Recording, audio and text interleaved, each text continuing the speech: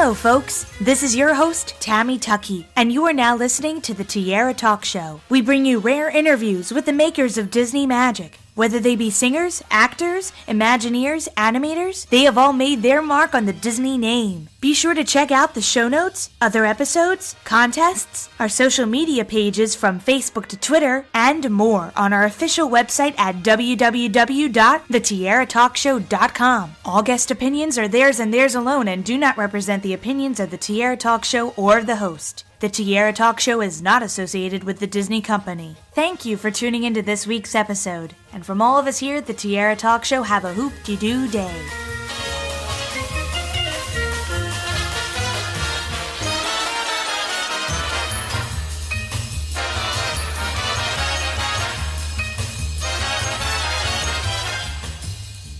I'm excited to welcome this week's Tiara Talk Show guest, voiceover artist and actress Stacey J. Aswad, to the show. Welcome, Stacey. Hi, thank you so much for having me. It's kind of crazy to finally be talking with you because I've seen you on my Disney Hotel TV for so many years now. Yeah, it's going to be 12 years in May. I can't believe it. Well, it's such an honor to still be a part of it. I mean, it was initially supposed to be for a year, and here we're looming on 12 years. So it's just awesome. I'm so grateful and honored, and it's so wonderful to meet people like you and on social media, just hear how much people love the show and how it makes them happy. And I love being a part of people's happiest times in their lives. I was a dancer and a choreographer the whole first chunk of my life. And then I started doing some on-camera commercials, and that led to doing theater, and then I did film and television. And I mean, I've been a performer my whole life, truthfully. As a dancer, I was a competitive roller skater. I've always sort of loved I've been extroverted my whole life. I have to say it's in my blood. So getting into the on-camera work sort of happened naturally. I was living in the Midwest, and then I got some opportunities and moved to Charlotte, North Carolina, and was still dancing. And then I started doing a TV series and some different films. And then that's where I got the audition for the Disney hosting. And that was a huge catalyst for me. I'd never done any kind of hosting like that before. And I just felt so at home. It felt so me because I just got to be myself and I got to be challenged. And so that was really a huge catalyst for me to decide to move to Los Angeles and go to a huge pond and see what would happen. So I moved out here. I'm starting my 10th year out here. And, when I got out here, I knew I wanted to do more hosting and TV and film, which started happening. It was great. But I also had done a little bit of voiceover, some commercials when I lived in Charlotte. And I just loved how pure it was and how it was really the purest form of acting and storytelling because you can't rely on visuals or props. And so when I got out to LA, I said, I really want to kick it into high gear with voiceover as well, because this is definitely one of the big markets for voiceover.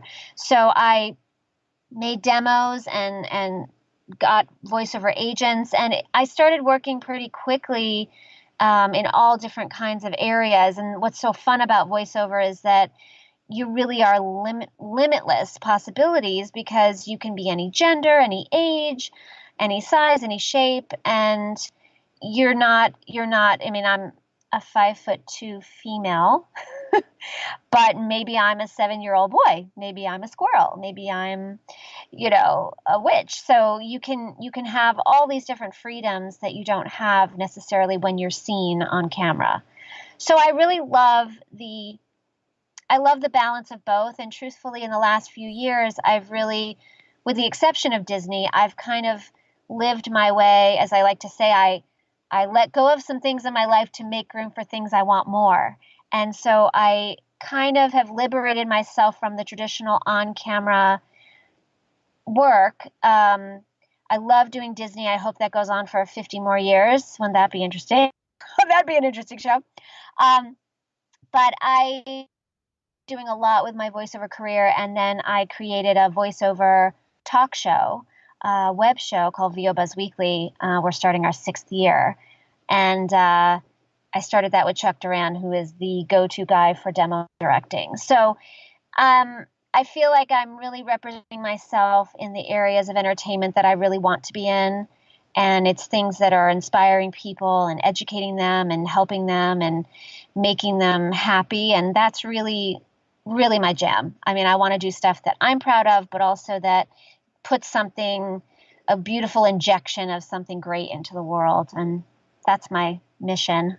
And I've listened to your show for a while now, and I really love it because you get to speak with a lot of people who you never really get to see on camera because they're always behind the scenes. So Bill Farmer, I think Debbie Derryberry was on your show at some point. Thanks for watching. I mean, the cool thing is, too, is as the show has gone on, and now we're at like 236 episodes, I think, what I think is kind of cool, and where our fan base is broadening and growing in different directions, is that people are really loving that they're getting to hear about successful people who persevered, their patterns, their behaviors that are universal to any career, not just entertainment. So I love that it's just a really cool conversation where we don't talk about necessarily the typical stuff that you would think, and there is some of that, but then we also kind of go deeper into just their journey of how they persisted, how they overcame rejection and difficulty and challenge. And I just think that's a really great way. Sometimes someone can say something and it just lights a fire in you that you didn't expect it coming from that source. But I think whenever it pushes people to be really their best and realize their potential, I think that that's a great thing. So it's really an honor to be a part of it in the industry as a performer, as a voice actor, and then producing this show and hosting it. I love the opportunity, and I've made just some lifelong friends as a result. And I'd like to go back to that mention of the audition process, especially for the Disney gig. What exactly were they asking for? Did they have you come in and read, or did they want you to film something and get a look and a feel as to how you were going to host it? Well, I was in Charlotte at the time, and so I had to drive to Atlanta, Georgia for the audition. And I had gone there. That happened a lot when you lived in Charlotte. You would drive 4 hours each way to Atlanta to do auditions. And Wilmington, it was just always kind of standard. So I would drive sometimes 2 or 3 times a week to Atlanta. And I had gone to Atlanta for something else. And the casting director said, hey, we're doing this thing for Disney tomorrow. Why don't we put you on tape for it today so you don't have to come back tomorrow? It's like, great. So they gave me a whole page of copy. And it was, as I recall, the famous piece from Summit Plummet, the attraction everyone loves to hate. And so I stood in front of the camera. They put me on tape, and I tried to memorize it as best as I could in a few minutes and make it my own and put my own flavor into it. And basically, they wanted to see your personality and what you brought to it. There wasn't a whole lot of direction. It was just, obviously, it was Disney World. But I have to say, at that point in my life, I had never been to Disney World. So I, knew about it, obviously, but I had never experienced it firsthand. But I just, as an actor, I just tried to immerse myself in where am I, who am I talking to, what are the circumstances. So they put me on tape, and then a couple of days later, they called and said, you have a callback, and the director will be there. And so I drove back to Atlanta, and it was down to myself and I think 4 or 5 other girls in it. But I know they had done a nationwide search. So they had auditioned in other areas of the country as well. And did another piece of copy in addition to the original one that I did. The director was really awesome. He directed me for a couple of years on the show, on the Top 7 Must-Sees. And, we talked, and he looked at my resume, and he said, oh, you golf? I said, yeah. He goes, do you really golf? I said, absolutely. I don't put stuff on my resume that's not true. And he's a huge golfer. So he's like, oh, okay. So he just we talked, and he got a sense of me. They asked if I had any visible tattoos or body piercings other than my ears. No to both of those. And then it was funny. They never asked me if I got motion sickness or how I felt about riding rides, which I thought was kind of interesting considering that's such a huge part of this project. But So I did my best and I felt good about it. And as I do with everything, I leave my best in the room and I walk out the door and I leave it there and I don't think about it again. And then I got a call that it was down to me in LA. And then they booked me on it a couple of days later and I got it. And so I had just a few days to learn the initial script. I mean, a lot of it is scripted and it has to be really word perfect. And then there is B-roll and improv. And so some of the stuff in the show is them sending me off in a direction and saying, okay, go in there and do something. And so some of that actually makes it into the show, which is always fun to see what they keep. So I had just like 4 days to learn a really meaty 25 pages about the top 7 must-sees and flew to Orlando. And so there was just a lot of incredible moments. And I still get a jazz every time I go because something new happens and it never gets old. I mean, you could go to Magic Kingdom 100 times and something else will happen that will be new and exciting and cool and memorable. I can't even imagine how many times they ask you to come back and reshoot something, especially if there's a renovation or there's a new addition to it. So how many times are the specific specials updated? Well, there's no specific schedule. Sometimes I just do day. So I'll phone patch in with the producers and the writer in Orlando, and I'm out here. And so we'll do a session. It could be 5 minutes long, could be a half an hour long, depending on what they need. But when I obviously need to experience something and they have me on camera, then I fly over. And it could be sometimes I've been there as short as 36 hours. Sometimes I've been there as long as 10 days. So it just really depends on when they need me and what they need me to do. And sometimes it'll be a whole bunch of stuff at once. And sometimes it'll be just like Expedition Everest. I literally flew in, wrote it. I had done the walk and talk about it, but I hadn't written it because it wasn't open yet. It wasn't cleared. So then they said, well, it was at that time, it was the #1 attraction. So they said, well, we have to have Stacey on it. So I flew back literally for 36 hours, wrote it like 3, 4, 5 times and flew back. Really, I kind of find out a little bit ahead of time when they need me and we work out the logistics and the schedule. And then I learn my stuff and remind myself. I always like put myself on in the room for a second and remind myself of where I am and what I'm doing and just see what the new changes have been. So I'm current on what the tone is and everything. And then we shoot like crazy. We shoot 8-10 hour days. Depending, sometimes we do multiple parks in one day. Sometimes it's one park over, several different days. So it really is, it's very fluid. And that's one thing I really love about it is it's never, it's just never kind of, okay, I'm going to go and it's going to be the same. It's always different. Sometimes there's new crew. Sometimes there's new, production people and hair and makeup people. And obviously every time I go, I'll have a cool, different experience with the extras that they get for the show. And so it's just a blast. I mean, I feel so fortunate. Were you afraid of any initial attractions before you got on them? Because you said that you've never been to Walt Disney World before. Well, the Rock and Roller Coaster is truly one of my all-time favorites. I love 80s music. I'm a total rocker girl. And so that coupled with just, it's so intense and fun. I love that one. Tower of Terror is pretty awesome too. I didn't have any real issue about it. I mean, I think from being a dancer, because I used to race sailboats and stuff, and I don't really get motion sickness or anything. So I've always kind of loved the thrill rides, and so I never really felt any trepidation about it. And the cool thing is sometimes I'll have to ride things several times in a row. It was definitely fun. Well, is there any experience that kind of sticks out to you, maybe during filming or prepping for a certain shoot, meeting a cast member or meeting a guest that just kind of sticks out to you and really sums up your whole experience working for Disney? Well, a lot of times we shoot, especially at Magic Kingdom, and sometimes when we're doing the stuff in I guess, I have to say Disney Springs now, not Downtown Disney. A lot of times we're shooting when things are closed or through the night. And so I definitely, one highlight for me is always when we're at Magic Kingdom and I arrive to set. It's, mobile set, with hair and makeup and everything. And I get there and it's dark. And then I go through my ritual with the hair and the makeup and getting the wardrobe on. Undoubtedly, they're walking me to my first location to start shooting, and the sun is coming up.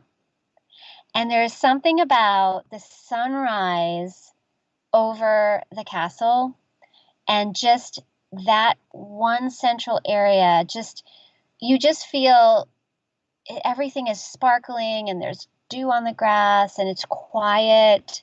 That never, ever, ever gets old for me. That's happened to me several times, and each time you just feel this like wash of peacefulness and happiness.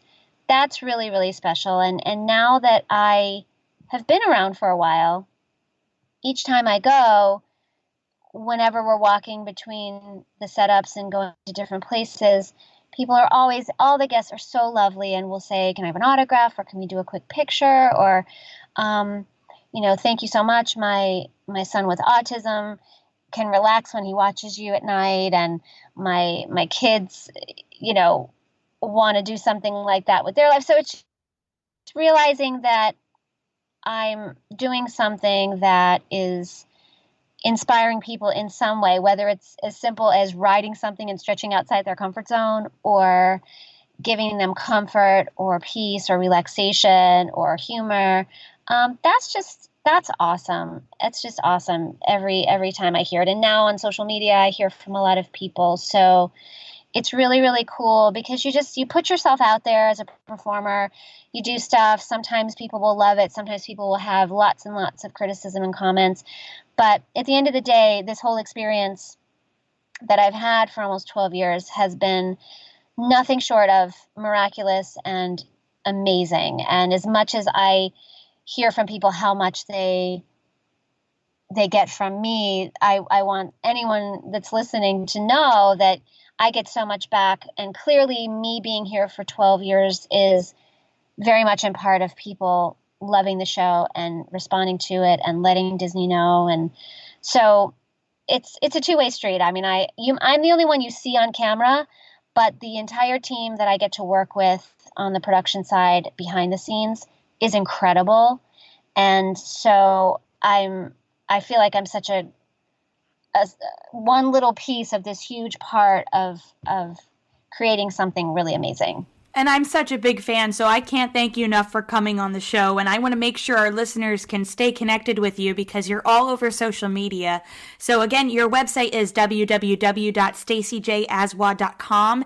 And we're going to include all the links to Stacey's social media pages in the show notes below. So you can go ahead, click like, and go ahead and tweet Stacey. I'm sure you probably get tons of tweets a day. Well, it's fun. I love hearing what people are doing. And now when people are like, oh, you're in my bathroom, on the TV in the bathroom. Awesome. I'm like, wow, I really can be everywhere you want me to be. Well, before we end, I had 3 Disney-themed questions I ask each guest. I call them the Fab 3. So we'll start with the Donald one, which is, as a child, what Disney film was one of your favorites to see in the movie theater? I loved Peter Pan, and I loved Lady and the Tramp. And our goofy question, what Disney character do you think would be your best friend if you met them in person? Oh, well, we know I love my Mickey and my Minnie, but I have to say, every time I meet Chip and Dale, they are a riot, and they always dance with me. They always go where I want to. They just they're off the charts. And our Mickey question, if I asked you to name any Disney song at this very moment, what immediately comes to mind? A Whole New World. Well, thank you so much, Stacey. This has been a lot of fun, and I do hope one day I'll run into you at Walt Disney World. Well, thank you so much, and congrats with your show and everything you're doing. And you have a tiara in it, and everything sparkly is awesome. So good for you. Thanks for having me.